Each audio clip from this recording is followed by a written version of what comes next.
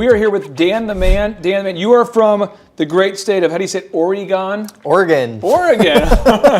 And you wanted to know about how to effectively market on social media. Yeah, definitely. And so we're going to dive into it, my friend. We have 12 power moves. Boom. And so I'm going to just get into them. And if you have any questions, this is how you do it. Yeah. Cool? I am so stoked. Power move number 1. You want to establish the trust and credibility.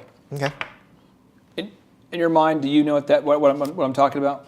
No. Go ahead and elaborate. I'm gonna go ahead and unpack this thing, okay? 1, you need to have high quality graphics. Okay? So you have to have that high quality. You can't have an unbelievable social media presence and have low quality graphics. Okay? So your images, people go, well, I just don't have money for a graphic designer. I'm telling you, people will judge you, 1, based on your poor handwriting, right here, example A, but also they're going to judge you based on the graphics. Yeah. So you've just got to have really good stuff, okay? So action item, make sure you do that. Okay. 2, law of credibility. You want to honor the law of credibility, which means you shouldn't ever say anything you can't prove. And I'm going to give you an example of some stuff that makes me nuts. I see people all the time on their social media post stuff like, on their business social media, they'll post a quote and it's misattributed. Or it doesn't make any sense. Or they say something that's not true. Like, we've had 4,000 customers and we've never upset one. Really? I mean, I don't even have 4,000 family members, and I seem to upset one of them every week. You know what I mean? I mean, it's not possible. So you don't ever want to say something that's not true. Okay? The 3rd is you want to create content that people want to socialize about. Okay. You know? So content that people want to socialize about. Content that people want to socialize about. Don't put content that people don't want to socialize about, or people won't use it on social media, because social media is all about socializing. So if you put a picture of a cat, people are like, oh my gosh, that's such a nice cat. Is that your cat? Where'd you get him? If you ever done that, have you ever posted about like, and they're like, oh my gosh, it's such a nice cat. And they'll just talk about it. But then you post something about your business, like, we have something on sale. They're like, 1 like. You know what I mean? So people usually want to socialize about things that are interesting to them. So what would you say for my business, since I do video for a living, what are some unique ways that I could get people to socialize on my Facebook page? I think your clips are awesome. The stuff I've seen you do is awesome. So I would always post clips like behind the scenes of something you're working on, or behind the scenes at a shoot we just did today. You know, behind the scenes look at the making of the new commercial for such and such. Okay.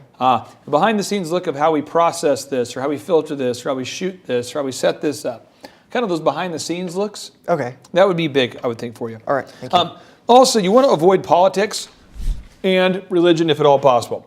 Now, if you're watching this and if you're a politician and you go, well, that mean I can't be on social media because or if you're watching this and you're a pastor and you're going, so I can't be on social media? No.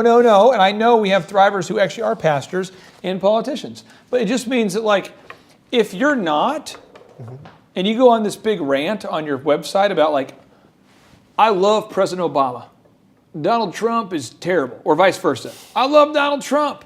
President Obama he's the Antichrist, or George... you say, George Bush, he's terrible, and I really love Bill Clinton. What you do is you have half of your audience that right away tunes you out. So make sure you don't violate this rule. And I'm going to go ahead and give you a little notable quotable from Gary Vaynerchuk. Now, Gary Vaynerchuk is the guy who, best-selling author, he started a company called The Wine Library. What happened is he took over for his parents' business, and his parents' business was called the Shoppers Discount Liquors.